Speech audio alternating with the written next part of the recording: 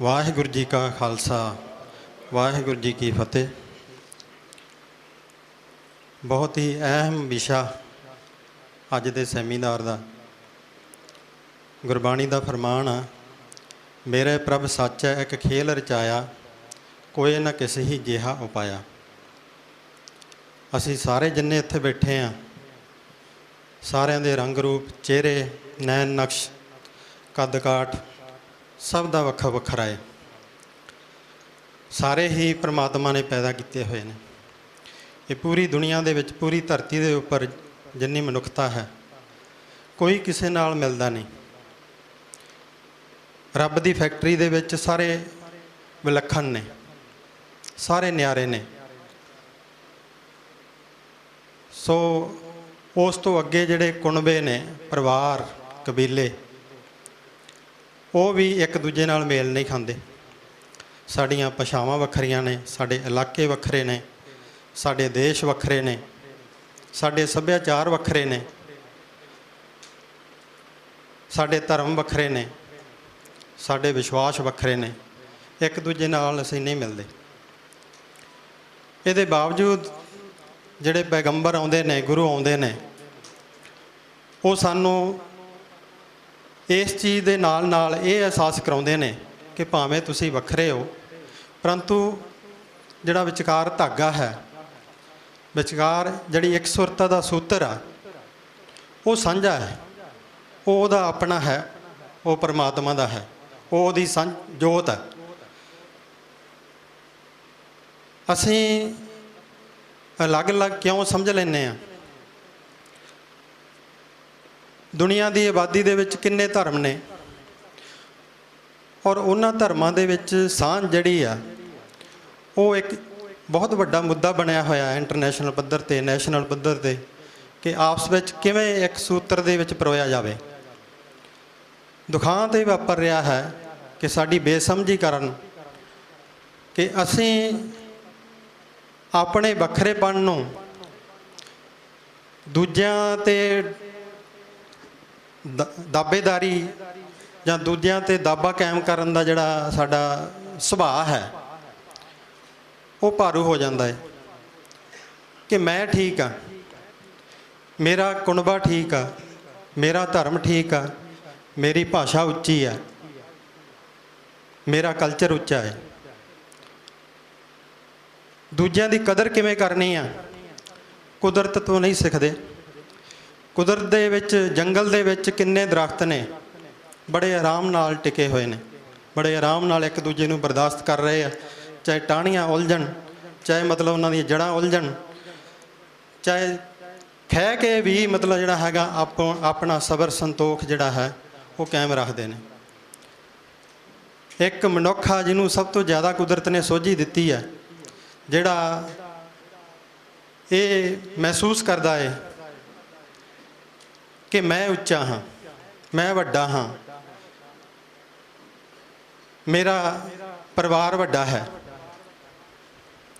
ਸੋ ਜਿਹੜੀ ਵੈਰਾਇਟੀ ਆ, ਵੰਨ ਸਵੰਨਤਾ ਹੈ, ਉਹ ਵੰਨ ਸਵੰਨਤਾ ਕੁਦਰਤ ਦੇ ਵਿੱਚ ਅਸੀਂ ਦੇਖਦੇ ਨਹੀਂ। ਕਿੰਨੇ ਤਰ੍ਹਾਂ ਦੇ ਪੰਛੀ ਆ, ਕਿੰਨੇ ਤਰ੍ਹਾਂ ਦੇ ਦਰੱਖਤ ਨੇ, ਕਿੰਨੇ ਤਰ੍ਹਾਂ ਦੇ ਜੀਵ ਜੰਤੂ ਨੇ। ਇਹ ਧਰਤੀ ਸਾਰਿਆਂ ਦੀ ਸਾਂਝੀ ਹੈ। ਅਤੇ ਜੇ ਜੀਵ ਜੰਤੂਆਂ ਦੀ ਸਾਂਝੀ ਆ, ਬਨਸਪਤੀ ਦੀ ਸਾਂਝੀ ਆ, ਤਾਂ ਫਿਰ ਮਨੁੱਖ ਕਿਉਂ ਕਹਿੰਦਾ ਹੈ? ਬੰਦਾ ਕਿਉਂ ਮਤਲਬ ਜਿਹੜਾ ਹੈਗਾ ਉਹ ਆਪਣੇ ਆਪ ਨੂੰ ਉੱਚਾ ਸਮਝਦਾ ਹੈ? ਸੋ ਵੀਰ ਕਲਕੱਤੇ ਤੋਂ ਆਏ ਨੇ, ਬੜੀਆਂ ਵਧੀਆ ਗੱਲਾਂ ਦੱਸੀਆਂ ਨੇ ਕਿ ਦੂਜਿਆਂ ਬਾਰੇ ਸਮਝਣਾ, ਜਿਹਨੂੰ ਅਸੀਂ ਦੂਜੇ ਕਹਿੰਦੇ ਹਾਂ, ਦੂਜੇ ਧਰਮਾਂ ਵਾਲੇ, ਦੂਜੇ ਭਾਸ਼ਾਵਾਂ ਵਾਲੇ, ਦੂਜੇ ਇਲਾਕਿਆਂ ਵਾਲੇ, ਉਹ ਤਾਂ ਗੱਲ ਵੱਖਰੀ ਆ। ਅਸੀਂ ਆਪਣੇ ਆਪ ਨੂੰ ਨਹੀਂ ਸਮਝ ਸਕੇ। ਗੁਰੂ ਨਾਨਕ ਸਾਹਿਬ ਦੇ ਪੈਰੋਕਾਰ ਦਾਅਵੇਦਾਰਾਂ ਨੂੰ ਨਾ ਪਤਾ ਹੋਵੇ, ਜਿਹੜੇ ਅਸੀਂ ਗੁਰੂ ਨਾਨਕ ਸਾਹਿਬ ਦੇ ਆਪਣੇ ਆਪ ਨੂੰ ਸਿੱਖ ਅਖਵਾਉਣੇ ਆ, ਸਾਨੂੰ ਨਾ ਪਤਾ ਹੋਵੇ ਕਿ ਸਿਕਲੀਗਰ, ਵਣਜਾਰੇ, ਸਤਨਾਮੀਏ, ਉਦਾਸੀ, ਸਿੰਧੀ ਕਿੱਥੇ ਕਿੱਥੇ ਬੈਠੇ ਨੇ, ਗੁਰੂ ਨਾਨਕ ਸਾਹਿਬ ਦੀ ਸੰਗਤ ਕਿੱਥੇ ਕਿੱਥੇ ਆ। 10-12 ਕਰੋੜ ਨੂੰ ਅਸੀਂ 2-2.5 ਕਰੋੜ ਦੇ ਨਾਲ ਹੀ ਸਬਰ ਕਰਕੇ ਬਹਿ ਜਾਈਏ ਕਿ ਕੇਵਲ ਪੰਜਾਬ 'ਚ ਰਹਿਣ ਵਾਲੇ ਜਿਹੜੇ ਅਸੀਂ ਮਤਲਬ ਜਿਹੜਾ ਹੈਗਾ ਆਪਣੇ ਆਪ ਨੂੰ ਸਮਝਦੇ ਹਾਂ ਅਸੀਂ ਗੁਰੂ ਨਾਨਕ ਦੀ ਧਰਤੀ ਦੇ ਵਾਰਸ ਹਾਂ, ਅਸੀਂ ਹੀ ਸਿੱਖ ਹਾਂ। ਇਹ ਸਾਡੀ ਅਣਗਹਿਲੀ ਦਾ ਬਹੁਤ ਵੱਡਾ ਸਬੂਤ ਆ ਜਿਹੜਾ ਵੀਰ ਗਿੱਲ ਸਾਹਿਬ ਉਹਨਾਂ ਨੇ ਪੇਸ਼ ਕੀਤਾ ਹੈ। ਸੋ ਮੇਰਾ ਵਿਸ਼ਾ ਜਿਹੜਾ ਹੈ ਉਹ ਸਿਕਲੀ ਗਰ ਵਣਜਾਰਿਆਂ ਦੇ ਉੱਪਰ ਆ। ਸਿਕਲੀ ਗਰਾਂ ਦੇ ਉੱਪਰ ਮੈਂ ਖਾਸ ਤੌਰ 'ਤੇ ਫੋਕਸ ਕਰਾਂਗਾ ਕਿ ਜਦੋਂ ਛੋਟੇ ਹੁੰਦੇ ਸੀ ਪਿੰਡਾਂ ਦੇ ਵਿੱਚ ਤਕਲੇ ਖੁਰਚਣੇ ਬਾਲਟੀਆਂ ਦੇ ਥੱਲੇ ਲਾਉਣ ਵਾਲੇ ਆਉਂਦੇ ਸਨ, ਪਿੰਡ ਦੇ ਪਿੜ ਵਿੱਚ ਜਾ ਬੈਠ ਜਾਂਦੇ ਸਨ। ਕਈ ਵਾਰੀ ਪਿੰਡ ਵਾਲੇ ਉਠਾ ਵੀ ਦਿੰਦੇ ਸੀ, ਇੱਕ ਪਿੰਡ 'ਚੋਂ ਉਠਾਇਆ ਦੂਜੇ ਜਾ ਕੇ ਬਹਿ ਗਏ, ਜੇ ਦੂਜੇ ਪਿੰਡ 'ਚੋਂ ਉਠਾਇਆ ਤਾਂ ਦੂਜੇ ਪਿੰਡ 'ਚ ਜਾ ਕੇ ਬਹਿ ਗਏ। ਸਾਨੂੰ ਪਤਾ ਹੀ ਨਹੀਂ ਸੀ ਹੁੰਦਾ ਕਿ ਇਹ ਸਿਕਲੀ ਗਰਾਂ ਦਾ ਗੁਰੂ ਸਾਹਿਬਾਨ ਨਾਲ, ਸਿੱਖੀ ਨਾਲ ਕੀ ਸੰਬੰਧ ਆ। ਜਦੋਂ ਮੈਂ ਗੁਰਮਤਿ ਪ੍ਰਕਾਸ਼ ਦੇ ਵਿੱਚ ਐਡੀਟਿੰਗ ਦਾ ਕੰਮ ਮਿਲਿਆ ਮੈਨੂੰ, ਸਰਦਾਰ ਸੁਖਦੇਵ ਸਿੰਘ ਜੀ ਲਾਜ, ਇਹਨਾਂ ਨਾਲ ਮੇਰਾ ਬਹੁਤ ਪੁਰਾਣਾ ਪ੍ਰੇਮ ਆ। ਇਹਨਾਂ ਦੇ ਪ੍ਰੇਰਨਾ ਔਰ ਇਹਨਾਂ ਦੇ ਉਤਸ਼ਾਹ ਨਾਲ ਇੱਕ ਵਿਸ਼ੇਸ਼ ਅੰਕ ਜਿਹੜਾ ਕੱਢਿਆ ਗਿਆ ਗੁਰਮਤਿ ਪ੍ਰਕਾਸ਼ ਦਾ ਅੱਜ ਤੋਂ 18 ਸਾਲ ਪਹਿਲਾਂ। ਔਰ ਰੀਅਲੀ ਮੈਂ ਐਡਮਿਟ ਕਰਦਾ ਕਿ ਉਸ ਵੇਲੇ ਤੱਕ ਮੈਨੂੰ ਵੀ ਨਹੀਂ ਪਤਾ ਸੀ, ਉਸ ਵੇਲੇ ਤੱਕ ਵੀ ਨਹੀਂ ਪਤਾ ਸੀ ਕਿ ਸਿਕਲੀ ਗਰ ਵਣਜਾਰੇ ਜਿਹੜੇ ਆ ਉਹ ਸਾਡਾ ਅੰਗ ਨੇ। ਉਸ ਤੋਂ ਬਾਅਦ ਇਹਨਾਂ ਦੀ ਮਿਹਨਤ, ਇਹਨਾਂ ਦੇ ਹੋਰ ਜਿਹੜੇ ਸੱਜਣ ਮਿੱਤਰ ਔਰ ਸੰਸਥਾਵਾਂ ਜਿਨ੍ਹਾਂ ਨੇ ਕੰਮ ਕੀਤਾ ਸਿਕਲੀ ਗਰ ਵਣਜਾਰਿਆਂ 'ਤੇ, ਜਿੰਨਾ ਕੰਮ ਹੋਇਆ ਹੈ ਬਹੁਤ ਥੋੜ੍ਹਾ ਹੈ। ਅਜੇ ਸ਼ੁਰੂਆਤ ਕਹਿ ਸਕਦਾ ਜਾਂ ਨਹੀਂ ਕਹਿ ਸਕਦਾ, ਇਹ ਵੀ ਆਪਣੇ ਆਪ 'ਚ ਕੁਐਸਚਨ ਮਾਰਕ ਆ। ਬਹੁਤ ਵੱਡਾ ਫੀਲਡ ਆ। ਅਸੀਂ ਡਰਦੇ ਹਾਂ ਔਰ ਸਾਨੂੰ ਖਾਸ ਤੌਰ 'ਤੇ ਸਿੱਖਾਂ ਨੂੰ ਤਾਂ ਜ਼ਿਆਦਾ ਹੀ, ਕਿਉਂਕਿ ਬੜੀ ਬਹਾਦਰ ਕੌਮ ਆ। ਇਹਦੇ ਬਾਵਜੂਦ ਜਿਹੜੇ ਡਰ ਨੇ ਉਹ ਵੀ ਬੜੇ ਨਿਆਰੇ ਨੇ। ਸਾਨੂੰ ਅੰਗਰੇਜ਼ ਖਾ ਜਾਣਗੇ, ਸਾਨੂੰ ਆਰੀਆ ਸਮਾਜੀ ਖਾ ਜਾਣਗੇ, ਸਾਨੂੰ ਕਾਮਰੇਡ ਖਾ ਜਾਣਗੇ, ਸਾਨੂੰ RSS ਵਾਲੇ ਖਾ ਜਾਣਗੇ। ਮਤਲਬ ਪਤਾ ਨਹੀਂ ਮਤਲਬ ਜਿਹੜਾ ਹੈਗਾ ਅਸੀਂ ਕਿਸ ਤਰ੍ਹਾਂ ਦੀ ਸੋਚ ਦੇ ਮਾਲਕ ਬਣ ਗਏ ਹਾਂ। ਹਾਲਾਂਕਿ ਜਿਸ ਤਰ੍ਹਾਂ ਦਾ ਸਿੱਖੀ ਦਾ ਵਰਤਾਰਾ, ਗੁਰੂ ਨਾਨਕ ਨਾਮ ਲੇਵਾ, ਨਾਨਕ ਪੰਥੀਆਂ ਦਾ ਵਰਤਾਰਾ ਹਿੰਦੁਸਤਾਨ ਦੇ ਵਿੱਚ ਵਰਤ ਰਿਹਾ ਹੈ, ਤਾਂ ਸਾਡੇ 'ਤੇ ਇਹ ਬੜਾ ਵੱਡਾ ਸਵਾਲ ਆ ਕਿ ਅਸੀਂ ਹੁਣ ਤੱਕ ਕੀ ਕੀਤਾ ਹੈ।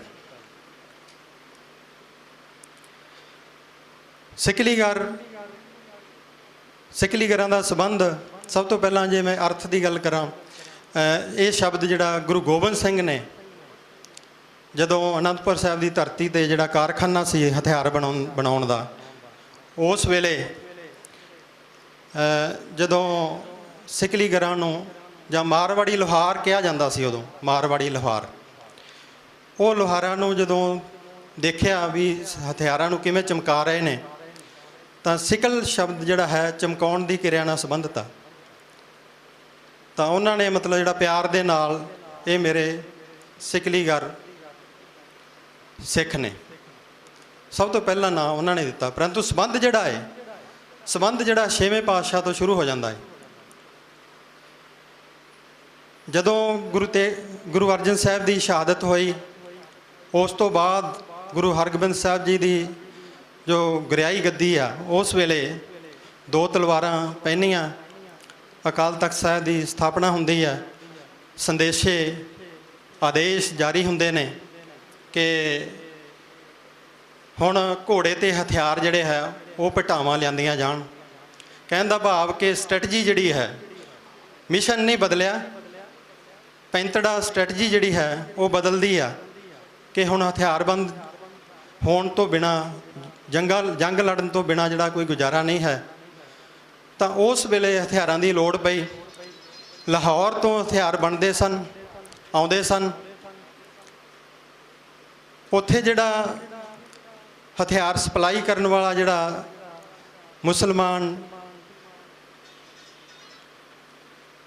ਉਹਨਾਂ ਨੇ ਬਹੁਤ ਵਧੀਆ ਤਰੀਕੇ ਦੇ ਨਾਲ ਗੁਰੂ ਸਾਹਿਬ ਨੂੰ ਹਥਿਆਰ ਦਿੱਤੇ, ਸਿੱਖਾਂ ਨੂੰ ਹਥਿਆਰ ਦਿੱਤੇ। ਪਰੰਤੂ ਹੌਲੀ ਹੌਲੀ ਜਦੋਂ ਪਤਾ ਲੱਗਿਆ ਮੌਕੇ ਦੀ ਹਕੂਮਤ ਨੂੰ, ਤਾਂ ਉਹਨਾਂ ਨੇ ਉਸ ਮੁਸਲਮਾਨ ਵੀਰ ਨੂੰ ਡਰਾ ਧਮਕਾ ਕੇ ਕੱਚੇ ਲੋਹੇ ਦੇ ਹਥਿਆਰ ਬਣਾਉਣੇ ਸ਼ੁਰੂ ਕਰਤੇ। ਢਾਲਾਂ ਕੱਚੀਆਂ ਗੁਰੂ ਸਾਹਿਬ ਦੇ ਨੋਟਿਸ 'ਚ ਆਇਆ ਤਾਂ ਉਹਨਾਂ ਨੇ ਕਿਹਾ ਵੀ ਇਹਦਾ ਹੱਲ ਕੀ ਆ। ਤਾਂ ਉਹਨਾਂ ਨੇ 2 ਸਿੱਖ ਭੇਜੇ ਮਾਰਵਾੜ ਦੇ ਇਲਾਕੇ ਦੇ ਵਿੱਚੋਂ, 2-3 ਸਿੱਖਾਂ ਨੂੰ, 2-3 ਮਾਰਵਾੜੀ ਲੋਹਾਰ ਜਿਹੜੇ ਹਥਿਆਰ ਬਣਾਉਣ ਦੇ ਮਾਹਰ ਸਨ, ਉਹਨਾਂ ਨੂੰ ਲੈ ਕੇ ਆਏ। ਔਰ ਉਸ ਤੋਂ ਬਾਅਦ ਉਹ ਗੁਰੂ ਘਰ ਹਜ਼ੂਰੀ ਦੇ ਵਿੱਚ ਹਥਿਆਰ ਬਣਾਉਣ ਲੱਗੇ। ਉਹਨਾਂ ਦੇ ਪਿੱਛੇ ਉਹਨਾਂ ਦੇ ਹੋਰ ਕਬੀਲੇ ਜਾਂ ਹੋਰ ਪਰਿਵਾਰ ਜਿਹੜੇ ਆ ਉਹ ਵੀ ਆਉਂਦੇ ਗਏ। ਔਰ ਬਹੁਤ ਵੱਡਾ ਜਿਹੜਾ ਕਹਿ ਲਓ ਕਿ ਇੱਕ ਰਾਜਸਥਾਨ ਦੇ ਨਾਲ ਸੰਬੰਧਿਤ ਜਿਹੜਾ ਕੁਨਬਾ ਹੈ ਉਹ ਗੁਰੂ ਘਰ ਦੇ ਨਾਲ ਜੁੜ ਗਿਆ। 7ਵੇਂ 8ਵੇਂ ਪਾਤਸ਼ਾਹ ਵੇਲੇ, 9ਵੇਂ ਪਾਤਸ਼ਾਹ ਵੇਲੇ ਬੇਸ਼ੱਕ ਹਥਿਆਰਾਂ ਦੀ ਲੋੜ ਨਹੀਂ ਪਈ, ਪਰੰਤੂ ਫਿਰ ਵੀ ਸਿਕਲੀਗਰ ਜੁੜੇ ਰਹੇ। ਕੁਛ ਕਾਰਨਾਂ ਕਰਕੇ ਜਾਂ ਕਹਿ ਲਓ ਕਿ ਉਹਨਾਂ ਦਾ ਜਿਹੜਾ ਉਹਨਾਂ ਦੀ ਲੋੜ ਜਿਹੜੀ ਹੈ ਘਟਣ ਕਰਕੇ ਉਹਨਾਂ ਨੇ ਹੋਰ ਵੀ ਕਿੱਤੇ ਨਾਲ ਜੋੜ ਲਏ। 10ਵੇਂ ਪਾਤਸ਼ਾਹ ਵੇਲੇ ਫਿਰ ਜਿਹੜਾ ਹੈ ਉਹ ਅਨੰਦਪੁਰ ਸਾਹਿਬ ਦੀ ਧਰਤੀ ਦੇ ਉੱਪਰ ਬਹੁਤ ਸਾਰੇ ਪਰਿਵਾਰ ਜਿਹੜੇ ਆ ਦੁਬਾਰਾ ਗੁਰੂ ਸਾਹਿਬ ਦੀ ਹਜ਼ੂਰੀ ਜਾਂਦੇ ਨੇ। ਜਿਹੜੇ ਜੁੜੇ ਹੋਏ ਸਨ ਉਹ ਤਾਂ ਹੋਏ ਹੀ ਸਨ। ਬਹੁਤ ਸਾਰੇ ਸਿਕਲੀਗਰ ਵੀਰਾਂ ਨੇ ਸ਼ਹੀਦੀਆਂ ਵੀ ਦਿੱਤੀਆਂ ਨੇ। ਬਣਜਾਰੇ ਵੀਰਾਂ ਨੇ, ਭਾਈ ਮਣੀ ਸਿੰਘ ਦਾ ਪਰਿਵਾਰ, ਬੇਸ਼ੱਕ ਸਿਕਲੀਗਰ ਅਤੇ ਬਣਜਾਰੇ ਅਲੱਗ-ਅਲੱਗ ਮੰਨੇ ਜਾਂਦੇ ਨੇ, ਪਰੰਤੂ ਕੁਛ ਜਿਹੜੇ ਵਿਦਵਾਨ ਨੇ ਉਹ ਇਹ ਮੰਨਦੇ ਨੇ ਕਿ ਰਾਜਪੂਤਾਂ ਦੇ ਵਿੱਚੋਂ ਹੀ ਦੋਨੇ ਡਿਵੈਲਪ ਹੋਏ ਨੇ। ਇਸ ਕਰਕੇ ਦੋਨਾਂ ਕਬੀਲਿਆਂ ਦਾ ਪਿਛੋਕੜ ਇੱਕ ਆ। ਭਾਈ ਮਣੀ ਸਿੰਘ ਦਾ ਪਰਿਵਾਰ ਜਿਹੜਾ ਬਹੁਤ ਵੱਡਾ ਉਹ ਕੁਰਬਾਨ ਹੋਇਆ।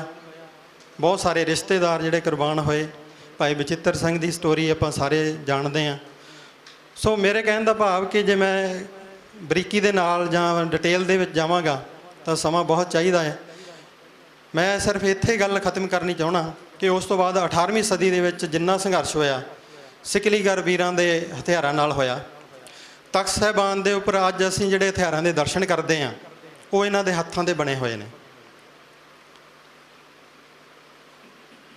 ਔਰ ਉਸ ਤੋਂ ਬਾਅਦ ਮਹਾਰਾਜਾ ਰਣਜੀਤ ਸਿੰਘ ਦੇ ਰਾਜ ਵੇਲੇ ਲਾਹੌਰ ਦੇ ਵਿੱਚ ਜਿਹੜਾ ਕਾਰਖਾਨਾ ਸੀ ਹਥਿਆਰ ਬਣਾਉਣ ਦਾ, ਉਹਦੇ ਵਿੱਚ ਵੀ ਸਿਕਲੀਗਰ ਵੀਰਾਂ ਦਾ ਬਹੁਤ ਵੱਡਾ ਯੋਗਦਾਨ ਆ। ਪਟਿਆਲੇ ਘਰਾਣੇ ਦੇ ਵਿੱਚ ਬਾਬਾ ਆਲਾ ਸਿੰਘ ਵੇਲੇ ਸਿਕਲੀਗਰ ਘਰਾਣੇ ਦਾ ਬਹੁਤ ਵੱਡਾ ਯੋਗਦਾਨ ਰਿਹਾ। ਸਿੱਖਾਂ ਨਾਲ ਬਹੁਤ ਪੁਰਾਣਾ ਅਤੇ ਗਹਿਰਾ ਸੰਬੰਧ ਰਿਹਾ ਹੈ। ਟੁੱਟਿਆ ਕਿਵੇਂ? ਅੰਗਰੇਜ਼ਾਂ ਦੇ ਆਉਣ ਨਾਲ ਕ੍ਰਿਮੀਨਲ ਟਰਾਈਬਸ ਐਕਟ ਬਣਦਾ ਹੈ ਔਰ ਹਥਿਆਰਾਂ 'ਤੇ ਪਾਬੰਦੀ ਲੱਗਦੀ ਹੈ, ਕਿਉਂਕਿ ਜਿਹੜੇ ਆਜ਼ਾਦੀ ਘੁਲਾਟੀਏ ਸਨ ਉਹਨਾਂ ਨੂੰ ਹਥਿਆਰ ਸਪਲਾਈ ਨਾ ਹੋਣ।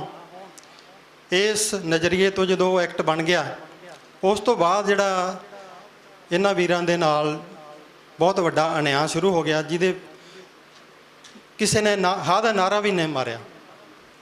ਕਿਸੇ ਨੂੰ ਪਤਾ ਹੀ ਨਹੀਂ ਸੀ ਇਹ ਕੀ ਹੋ ਗਿਆ। ਉਸ ਵੇਲੇ ਫਿਰ ਇਹ ਸਾਰਾ ਕਬੀਲਾ ਜਿਹੜਾ ਹੈ ਉਹ ਸਿੱਖੀ ਨਾਲੋਂ ਵੀ ਦੂਰ ਚਲਿਆ ਜਾਂਦਾ ਹੈ, ਕਿਉਂਕਿ ਛਾਪੇ ਪੈਂਦੇ ਸਨ। ਹਕੂਮਤ ਜਿਹੜੀ ਹੈ ਗ੍ਰਿਫਤਾਰ ਕਰਦੀ ਸੀ। ਇਸ ਕਰਕੇ ਜੰਗਲਾਂ ਦੇ ਵਿੱਚ ਜਾਣਾ, ਜੰਗਲਾਂ 'ਚ ਰਹਿਣਾ, ਹੌਲੀ ਹੌਲੀ ਉਹ ਜੰਗਲਾਂ 'ਚ ਵਸੇਵਾ ਹੋ ਗਿਆ। ਸਮਾਜ ਦੇ ਨਾਲ ਟੁੱਟ ਗਏ। ਜਿਹੜੇ ਸਮਾਜ 'ਚ ਰਹਿਣ ਵਾਲੇ ਸਾਡੇ ਵਰਗੇ, ਸਾਨੂੰ ਭੁੱਲ ਗਿਆ ਕਿ ਸਾਡੇ ਕੋਈ ਸੰਗੀ ਵੀ ਹਨ, ਸਾਡੇ ਨਾਲ ਕੋਈ ਹੋਰ ਸਿੱਖ ਵੀ ਹਨ। ਸੋ ਹੌਲੀ ਹੌਲੀ ਇਹ ਬਹੁਤ ਲੰਬਾ ਪ੍ਰੋਸੈਸ ਜਿਹੜਾ ਹੈ ਅੰਗਰੇਜ਼ੀ ਕਾਲ ਦੇ ਵਿੱਚ ਇਹਨਾਂ ਵੀਰਾਂ ਦੇ ਨਾਲ ਬਹੁਤ ਵੱਡਾ ਧੱਕਾ ਹੋਇਆ, ਜਿਹਦੇ ਕਰਕੇ ਨਿਖੜ ਗਏ। ਆਜ਼ਾਦੀ ਤੋਂ ਬਾਅਦ ਕਿਉਂਕਿ ਯਾਦ ਹੀ ਨਹੀਂ, ਚੇਤੇ ਨਹੀਂ। ਜੇ ਅਸੀਂ ਪੜ੍ਹਨ ਲਿਖਣ ਵਾਲੇ ਸਿੱਖ ਇਹ ਐਡਮਿਟ ਕਰ ਰਹੇ ਹਾਂ ਕਿ ਸਾਨੂੰ ਨਹੀਂ ਪਤਾ, ਅਤੇ ਆਮ ਜਨਤਾ ਨੂੰ ਤਾਂ ਕੀ ਪਤਾ ਹੋ ਸਕਦਾ। ਜਿਵੇਂ ਮੈਂ ਪਹਿਲਾਂ ਸਟਾਰਟਿੰਗ ਦੇ ਵਿੱਚ ਗੱਲ ਕੀਤੀ ਕਿ ਜਦੋਂ ਪਿੰਡਾਂ 'ਚ ਆਉਂਦੇ ਸੀ ਸਾਨੂੰ ਕੋਈ ਚੇਤਾ ਹੀ ਨਹੀਂ ਸੀ, ਕਿਸੇ ਨੇ ਯਾਦ ਵੀ ਨਹੀਂ ਕਰਾਇਆ ਸੀ। ਕੇਸਾਧਾਰੀ ਜਿਹੜੇ ਇਹ ਝੁੱਗੀਆਂ ਵਾਲੇ ਔਰ ਜਿਹੜੇ ਟੱਪਰੀਵਾਸ ਨੇ, ਇਹਨਾਂ ਦਾ ਗੁਰੂ ਘਰ ਨਾਲ ਵੀ ਕੋਈ ਸੰਬੰਧ ਹੋ ਸਕਦਾ ਹੈ। ਸੋ ਮੈਂ ਬਹੁਤਾ ਡਿਟੇਲ 'ਚ ਨਾ ਜਾਵਾਂ। ਮੈਂ ਜਿਹੜੀ ਗੱਲ ਕਰਨੀ ਚਾਹੁੰਦਾ ਉਹ ਇਹ ਆ ਕਿ ਅਸੀਂ ਗੱਲਾਂ ਕਰਦੇ ਹਾਂ ਸੈਮੀਨਾਰ, ਮੈਂ ਆਪਣਾ ਦੱਸਿਆ ਕਿ ਵਿਸ਼ੇਸ਼ ਅੰਕ ਨਿਕਲ ਗਿਆ ਗੁਰਮਤਿ ਪ੍ਰਕਾਸ਼ ਦਾ, ਸਿੱਖ ਫੁਲਵਾੜੀ ਦਾ, ਇਹਨਾਂ ਦੇ ਯਤਨਾਂ ਨਾਲ ਨਿਕਲ ਗਿਆ। ਬਹੁਤ ਸਾਰਾ ਲਿਟਰੇਚਰ ਲਿਖਿਆ ਗਿਆ। ਕੀ ਇੰਨਾ ਹੀ ਕਾਫੀ ਹੈ? ਕੀ ਕਰਨ ਦੀ ਲੋੜ ਆ? ਇਹਦੇ 'ਤੇ ਫੋਕਸ ਹੋਣ ਦੀ ਲੋੜ ਆ। ਸੋ ਮੈਨੂੰ ਜਿੰਨੀ ਕੁ ਸਮਝ ਪਈ ਆ ਉਹਦੇ 'ਚ, ਕਿਉਂਕਿ ਮੈਂ ਆਪ ਨਹੀਂ ਸਰਵੇ ਕਰ ਸਕਿਆ, ਪਰੰਤੂ ਸਰਵੇ ਕਰਨ ਵਾਲੇ ਵੀਰਾਂ ਨਾਲ ਬਹੁਤ ਵਾਹ ਰਿਹਾ ਹੈ। ਮੈਂ ਉਹਨਾਂ ਦੀ ਸਟੱਡੀ ਮੁਤਾਬਕ ਇਹ ਮਹਿਸੂਸ ਕੀਤਾ ਹੈ ਕਿ ਸਭ ਤੋਂ ਵੱਡੀ ਸਮੱਸਿਆ ਜਿਹੜੀ ਆ ਜੰਗਲਾਂ ਕਬੀਲਿਆਂ 'ਚ ਜਿਹੜੇ ਰਹਿ ਰਹੇ ਨੇ ਮੱਧ ਪ੍ਰਦੇਸ਼, ਮਹਾਰਾਸ਼ਟਰ, ਛੱਤੀਸਗੜ੍ਹ ਦੇ ਵਿੱਚ ਜਾਂ ਹੋਰ ਸਟੇਟਾਂ ਦੇ ਵਿੱਚ, ਸਭ ਤੋਂ ਵੱਡੀ ਸਮੱਸਿਆ ਐਜੂਕੇਸ਼ਨ ਦੀ ਆ। ਹਥਿਆਰ ਬਣਾਉਣੇ ਬੇਸ਼ੱਕ ਬਹੁਤ ਸਾਰੇ ਪਰਿਵਾਰਾਂ ਨੇ, ਕਬੀਲਿਆਂ ਨੇ ਬਾਅਦ 'ਚ ਵੀ ਨਹੀਂ ਛੱਡੇ, ਜਿਹਦੇ ਕਰਕੇ ਹੁਣ ਤੱਕ ਸਮੱਸਿਆ ਆ ਰਹੀ ਹੈ। ਸਰਦਾਰ ਸੁਖਦੇਵ ਸਿੰਘ ਹੁਣੇ, ਉਹਨਾਂ ਨੇ ਵੀ ਮੇਰਾ ਖਿਆਲ ਸਮਾਂ ਲੈਣਾ ਹੈ, ਦੱਸਣਗੇ ਕਿ ਹੁਣ ਤੱਕ ਜਿਹੜੀਆਂ ਹੈਗੀਆਂ ਸਮੱਸਿਆਵਾਂ ਆ ਰਹੀਆਂ ਨੇ। ਗਰੇਵਾਲ ਸਾਹਿਬ ਦੱਸ ਰਹੇ ਸਨ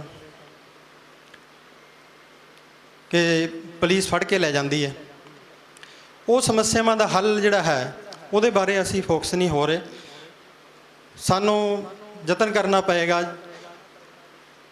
ਵੀਰ ਕਲਕੱਤਾ ਸਾਹਿਬ ਕਲਕੱਤੇ ਤੋਂ ਆਏ ਨੇ, ਇਹ ਜਿਵੇਂ ਉਦਾਸੀਆਂ ਦਾ ਇਹਨਾਂ ਨੇ ਦੱਸਿਆ ਕਿ ਬਿਹਾਰ ਦੇ ਵਿੱਚ ਜਾਂ ਪੂਰਬੀ ਭਾਰਤ ਦੇ ਵਿੱਚ ਜਾਲ ਵਿਛਿਆ ਹੋਇਆ ਸੀ। ਉਹ ਉਦਾਸੀ ਡੇਰੇ ਜਿਹੜੇ ਸਨ ਉਹ ਉਸ ਵੇਲੇ ਦੇ ਸਕੂਲ ਸਨ ਜਿੱਥੇ ਗੁਰਬਾਣੀ ਪੜ੍ਹਾਈ ਜਾਂਦੀ ਸੀ। ਅੱਜ ਅਸੀਂ ਬਾਹਰਲਿਆਂ ਨੂੰ ਗੁਰਬਾਣੀ, ਬਾਹਰਲੀਆਂ ਸਟੇਟਾਂ ਦੇ ਵਿੱਚ ਗੁਰਬਾਣੀ ਪੜ੍ਹਾਉਣ ਦੀ ਗੱਲ ਛੱਡੋ, ਅਸੀਂ ਆਪ ਨਹੀਂ ਪੜ੍ਹ ਰਹੇ, ਸਾਨੂੰ ਆਪ ਨਹੀਂ ਆਉਂਦੀ। ਗੁਰਦੁਆਰੇ ਦੇ ਵਿੱਚ ਗ੍ਰੰਥੀ ਜਿਹੜੇ ਨੇ ਉਹਨਾਂ ਦਾ ਉਚਾਰਨ ਜਿਹੜਾ ਹੈ ਉਹ ਸਵਾਲਾਂ ਦੇ ਘੇਰੇ 'ਚ। ਪੰਜਾਬੀ ਗੁਰਮੁਖੀ ਦਾ ਉਚਾਰਨ ਜਿਹੜਾ ਹੈ ਉਹ ਵਿਸਰ ਗਿਆ ਹੈ। ਮੁਹਾਰਨੀ ਕੀ ਹੁੰਦੀ ਆ ਜਾਂ ਈਵਨ ਊੜਾ ਐੜਾ ਜਿਹੜਾ ਹੈ ਉਹ ਸਾਡੇ ਟੀਚਰਾਂ ਨੂੰ, ਸਕੂਲਾਂ ਦੇ ਟੀਚਰਾਂ ਨੂੰ ਵੀ ਨਹੀਂ ਆਉਂਦਾ। ਜੰਝਾਂ ਗੰਘਾਂ ਜਿਹੜਾ ਹੈ ਉਹਦਾ ਉਚਾਰਨ ਵਿਸਰ ਗਿਆ ਹੈ, ਕਿਉਂਕਿ ਸਾਡੇ ਵਾਹ ਵਾਸਤੇ 'ਚ ਨਹੀਂ ਰਿਹਾ। ਸੋ ਮੇਰੀ ਬੇਨਤੀ ਆ ਬਾਬਾ ਜੀ ਨੂੰ ਵੀ, ਹੋਰ ਵੀ ਜਿੰਨੇ ਅਸੀਂ ਯਤਨ ਕਰ ਸਕਦੇ ਹਾਂ ਕਿ ਛੋਟੇ ਛੋਟੇ ਸਕੂਲ ਇਹਨਾਂ ਥਾਵਾਂ ਦੇ ਉੱਪਰ ਜਿਹੜੇ ਸਾਡੇ ਵੀ ਸੰਪਰਕ 'ਚ ਆਉਣ, ਵੀਰ ਕੋਈ ਵਿਦੇਸ਼ੀ ਭਾਈ ਆ, ਕੋਈ ਇੱਥੇ ਕੋਈ ਸੇਵਾ ਕਰਨ ਵਾਲਾ ਹੈ, ਕਿ ਛੋਟੇ ਛੋਟੇ ਸਕੂਲ ਜਿਹੜੇ ਆ, ਪ੍ਰਾਇਮਰੀ ਸਕੂਲ ਸਹੀ, ਜਾਂ ਉਹਨਾਂ ਨੂੰ ਇਹ ਨਾਂ ਵੀ ਦਿੱਤਾ ਜਾਵੇ ਗੁਰਮੁਖੀ ਸਕੂਲ, ਕਿ ਜਿੱਥੇ ਘੱਟੋ ਘੱਟ ਪੰਜਾਬੀ ਗੁਰਮੁਖੀ ਸਿਖਾਈ ਜਾਵੇ। ਔਰ ਸਿਖਾ ਉਹ ਸਕਣਗੇ ਜਿਨ੍ਹਾਂ ਨੂੰ ਆਪ ਆਉਂਦੀ ਹੈ। ਇਸ ਕਰਕੇ ਸਭ ਤੋਂ ਪਹਿਲਾਂ ਜਿਹੜਾ ਇਸ਼ੂ ਆ ਉਹ ਧਾਰਮਿਕ ਟੀਚਰ ਤਿਆਰ ਕਰਨ ਦਾ ਹੈ। ਗੁਰਮੁਖੀ ਟੀਚਰ ਜਿਹੜੇ ਨੇ ਉਹ ਕਿਵੇਂ ਤਿਆਰ ਹੋਣ। ਕੀ ਅਸੀਂ ਉੱਥੋਂ ਹੀ ਜਿਹੜੇ ਬੱਚੇ, ਜਾਂ ਜਿਵੇਂ ਵੀਰ ਬੈਠੇ ਨੇ, ਜਿਹੜੇ ਬੱਚੇ ਪੜ੍ਹ ਸਕਦੇ ਆ, ਬੱਚੀਆਂ ਪੜ੍ਹ ਸਕਦੀਆਂ ਨੇ, ਉਹਨਾਂ ਨੂੰ ਪੜ੍ਹਾਇਆ ਜਾਵੇ। ਹੌਲੀ ਹੌਲੀ ਜਿਹੜੇ ਪੜ੍ਹੇ ਹੋਏ ਨੇ ਉਹਨਾਂ ਨੂੰ ਟ੍ਰੇਨਡ ਕੀਤਾ ਜਾਵੇ। ਉਹਨਾਂ ਲਈ ਛੋਟੇ ਛੋਟੇ ਕੋਰਸ, ਪਾਠ ਸਿਖਾਉਣ ਦੇ, ਇਤਿਹਾਸ ਸਿਖਾਉਣ ਦੇ ਜਿਹੜੇ ਹੈ ਛੋਟੇ ਛੋਟੇ ਕੋਰਸ ਜਿਹੜੇ ਡਿਜ਼ਾਈਨ ਹੋਣ, ਸੈਂਟਰ ਬਣੇ ਕਿਤੇ। ਉਸ ਤੋਂ ਬਾਅਦ ਉਹੀ ਟੀਚਰ ਇਸ ਵਿਸ਼ਾਲ ਖਿੱਤੇ ਦੇ ਵਿੱਚ, ਅਲੱਗ-ਅਲੱਗ ਸਟੇਟਾਂ ਦੇ ਵਿੱਚ, ਅਸੀਂ ਤਾਂ ਮਤਲਬ ਜਿਹੜਾ ਹੈਗਾ ਬੜੇ, ਜਿਵੇਂ ਮੈਂ ਕਿਹਾ ਵੀ ਬਹੁਤ ਡਰੇ ਹੋਏ ਹਾਂ ਕਿ ਖਤਮ ਹੋ ਜਾਵਾਂਗੇ, ਸਾਨੂੰ ਖਾ ਲਿਆ ਜਾਏਗਾ। ਸਾਡੇ ਕੋਲੇ ਤਾਂ ਬਹੁਤ ਵੱਡਾ ਸਕੋਪ ਆ, ਬਹੁਤ ਵੱਡਾ ਫੀਲਡ ਜਿਹੜਾ ਹੈ ਖਾਲੀ ਪਿਆ ਹੈ, ਔਰ ਸਾਡਾ ਆਪਣਾ ਹੈ, ਜਿਵੇਂ ਵੀਰ ਪਹਿਲਾਂ ਦੱਸ ਕੇ ਗਏ ਆ, ਔਰ ਆਪਣਿਆਂ ਨੂੰ ਅਸੀਂ ਵਿਸਾਰਿਆ ਹੋਇਆ ਹੈ। ਇਸੇ ਤਰ੍ਹਾਂ ਜਿਹੜੇ ਹੈਲਥ ਨਾਲ ਸੰਬੰਧਿਤ ਗੁਰਦੁਆਰੇ ਸਾਡੇ ਜਿਹੜੇ ਆ ਉਹ ਪੁਰਾਣੀਆਂ ਸਕੂਲ, ਕਾਲਜ, ਯੂਨੀਵਰਸਿਟੀਆਂ ਨੇ। ਅੱਜ ਅਸੀਂ ਇਹਨਾਂ ਥਾਵਾਂ ਨੂੰ ਅਸੀਂ ਨਮਸਕਾਰ ਕਰਦੇ ਹਾਂ, ਕਰਨਾ ਚਾਹੀਦਾ ਹੈ, ਪਰੰਤੂ ਕੇਵਲ ਮੱਥਾ ਟੇਕ ਕੇ ਸਾਰ ਲੈਣਾ। ਕਰਤਾਰਪੁਰ ਸਾਡੀ ਪਹਿਲੀ ਯੂਨੀਵਰਸਿਟੀ ਹੈ। ਖਡੂਰ ਸਾਹਿਬ, ਗੋਇੰਦਵਾਲ, ਕੀਰਤਪੁਰ ਸਾਹਿਬ, ਆਨੰਦਪੁਰ ਸਾਹਿਬ, ਦਮਦਮ, ਤਲਵੰਡੀ ਸਾਬੋ, ਹਜੂਰ ਸਾਹਿਬ, ਇਹ ਸਾਰੀਆਂ ਯੂਨੀਵਰਸਿਟੀਆਂ ਨੇ। ਗੁਰਦੁਆਰਾ ਆਪਣੇ ਆਪ ਦੇ ਵਿੱਚ ਸਕੂਲ ਆ ਜਿੱਥੇ ਗੁਰਮੁਖੀ ਸਿਖਾਈ ਪੜ੍ਹਾਈ ਜਾਂਦੀ ਹੈ। ਸੁਬਾਹ ਸ਼ਾਮ ਦਾ ਨਿਤਨੇਮ ਅੱਜ ਅਸੀਂ ਅਲੱਗ ਐਂਗਲ ਤੋਂ ਦੇਖਦੇ ਹਾਂ। ਇਹ ਕਲਾਸਾਂ ਨੇ। ਪੁਰਾਣੇ ਸਮੇਂ ਲੋਕਾਂ ਕੋਲ ਸਮਾਂ ਨਹੀਂ ਸੀ ਹੁੰਦਾ ਕਿ ਸਕੂਲ ਜਾਣ, ਜਾਂ ਸਕੂਲ ਵੀ ਨਹੀਂ ਸੀ ਹੁੰਦੇ। ਸੁਬਾਹ ਸ਼ਾਮ ਦਾ ਸਮਾਂ ਹੈ। ਦਿਨ ਸਮੇਂ ਕਿਰਤ ਕਰਨੀ ਆ, ਕਿਸੇ ਨੇ ਵਾਹੀ ਕਰਨੀ ਹੈ, ਕਿਸੇ ਨੇ ਹੱਟੀ ਕਰਨੀ ਆ, ਟਾਈਮ ਨਹੀਂ ਹੈ। ਕਲਾਸਾਂ ਕਦੋਂ ਲੱਗਣ, ਪੜ੍ਹਾਈ ਕਦੋਂ ਹੋਵੇ, ਉਹ ਸੁਬਾਹ ਸ਼ਾਮ ਜਿਹੜਾ ਪੜ੍ਹਾਈ ਕਰਾਈ ਜਾਂਦੀ ਸੀ। ਅਸੀਂ ਉਹਨਾਂ ਨੂੰ ਇੱਕ ਟਰਡੀਸ਼ਨ ਜਾਂ ਇੱਕ ਇਹੋ ਜਿਹਾ ਕਰਮ ਬਣਾਤਾ ਜਿਹਦੇ ਨਾਲ ਸਾਡੇ ਲਾਈਫ ਨਾਲ, ਜੀਵਨ ਨਾਲ ਟੁੱਟ ਗਿਆ। ਸਾਡੀ ਜੀਵਨ ਸ਼ੈਲੀ ਜਿਹੜੀ ਹੈ ਗੁਰਬਾਣੀ ਦੇ ਵਿੱਚ ਦੱਸੇ ਹੋਏ ਜਿਹੜੇ ਉਪਦੇਸ਼ ਨੇ ਉਹਨਾਂ ਨਾਲ ਟੁੱਟੀ ਹੋਈ ਹੈ। ਅਸੀਂ ਕੇਵਲ ਮੱਥਾ ਟੇਕਣ ਜਾਂ ਪਾਠ ਕਰਨ ਤੱਕ ਸੀਮਿਤ ਹੋ ਗਏ ਹਾਂ। ਉਹਦੇ ਵਿੱਚ ਦੱਸੀ ਹੋਈ ਜੀਵਨ ਸ਼ੈਲੀ, ਮੇਰੇ ਕੋਲੇ ਬੱਚੇ ਆਏ ਪਿੱਛੇ ਜੇ ਸਾਡਾ ਇੱਕ ਕੋਰਸ ਸ਼ੁਰੂ ਕੀਤਾ ਅਸੀਂ ਗੁਰਦੁਆਰਾ ਮੈਨੇਜਮੈਂਟ ਦਾ, ਫਸਟ ਟਾਈਮ ਬੱਚੇ ਆਏ। ਪਹਿਲੀਆਂ ਕਲਾਸਾਂ ਦੇ ਵਿੱਚ, ਪਹਿਲੀਆਂ 1-2 ਕਲਾਸਾਂ 'ਚ ਮੈਂ ਉਹਨਾਂ ਨੂੰ ਪੁੱਛਿਆ ਵੀ ਜਿਹੜਾ ਮੂਲ ਮੰਤਰ ਆ ਇੱਕ ਓਂਕਾਰ ਤੋਂ ਲੈ ਕੇ ਇਹਦੇ ਵਿੱਚ ਕੀ ਦੱਸਿਆ ਗਿਆ। ਸਾਰਿਆਂ ਦਾ ਜਵਾਬ ਸੀ ਕਹਿੰਦੇ ਰੱਬ ਦੇ ਗੁਣ ਨੇ। ਮੈਂ ਕਿਹਾ ਠੀਕ ਹੈ, ਮੈਂ ਕੀ ਆਪਣੇ ਵੀ ਗੁਣ ਨੇ? ਆਤਮ ਤੇ ਪਰਮਾਤਮਾ ਨੂੰ ਅਸੀਂ ਕਹਿੰਦੇ ਆ ਇੱਕੋ ਹੀ ਚੀਜ਼ ਆ। ਆਤਮਾ ਸਾਡੇ ਅੰਦਰ ਅੰਸ਼ ਆ ਉਹਦਾ, ਜੇ ਉਹਦਾ ਅੰਸ਼ ਆ ਤੇ ਉਹੀ ਗੁਣ ਜਿਹੜੇ ਹੈ ਉਹ ਇਹ ਆਤਮ ਦੇ ਵੀ ਹੋਣਗੇ। ਸੋ ਮੂਲ ਮੰਤਰ ਦੇ ਵਿੱਚ ਬੰਦੇ ਦੇ ਗੁਣ ਨੇ, ਇਹ ਸਾਨੂੰ ਨਹੀਂ ਪਤਾ ਸਾਨੂੰ, ਕਿਉਂਕਿ ਹੁਣ ਤੱਕ ਜੋ ਪਰੋਸਿਆ ਗਿਆ ਹੈ ਉਹ ਇਹੀ ਆ ਵੀ ਇਹ ਪਰਮਾਤਮਾ ਦੇ ਗੁਣ ਆ, ਪਰਮਾਤਮਾ ਹੋਰ ਆ, ਮੈਂ ਹੋਰ ਆ, ਸਾਡਾ ਕੋਈ ਕਨੈਕਸ਼ਨ ਨਹੀਂ ਆਪਸ ਵਿੱਚ। ਸੋ ਇਹੋ ਜਿਹੀ ਸਿਚੁਏਸ਼ਨ ਦੇ ਵਿੱਚ ਜਦੋਂ ਅਸੀਂ ਇੰਨੇ ਗੰਭੀਰ ਮਸਲੇ ਦੇ ਉੱਪਰ ਬੈਠਦੇ ਹਾਂ ਤਾਂ ਕੋਈ ਨਾ ਕੋਈ ਸਿਰਾ ਜ਼ਰੂਰ ਲੱਗਣਾ ਚਾਹੀਦਾ ਹੈ।